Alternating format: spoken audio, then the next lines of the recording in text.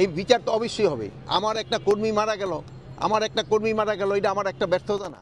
আজ শেষ রাত্রে মোহাম্মদ সোহানুজ্জামান নয়ন আমাদের ফায়ার ফাইটার অ্যাক্সিডেন্টে ইন্তেকাল করেছেন। ইন্না লিল্লাহি ওয়া ইন্না ইলাইহি। আমরা তার মাগফিরাত কামনা করি। আল্লাহ তার যেন কবর আযাব মাফ করেন এবং তার যেন বেহেশত নসিব করেন। খুবই কম, 24 বছর বয়স, মাত্র 2 বছর যাবৎ চাকরি। আল্লাহ কাকে কোন সময় নিবে এক হুজুর বলতেছিল, কেউ বলতে পারেন না। আমি বলবো যে এটা ব্যর্থতাই, যেহেতু ট্রাক ওখানে চলাচল করাটা উচিত ছিল না, বাট আমরা ট্রাক চালককে ধরে ফেলছি এবং তারা আমরা আইনের আওতায় অবশ্যই নিয়ে আসবো।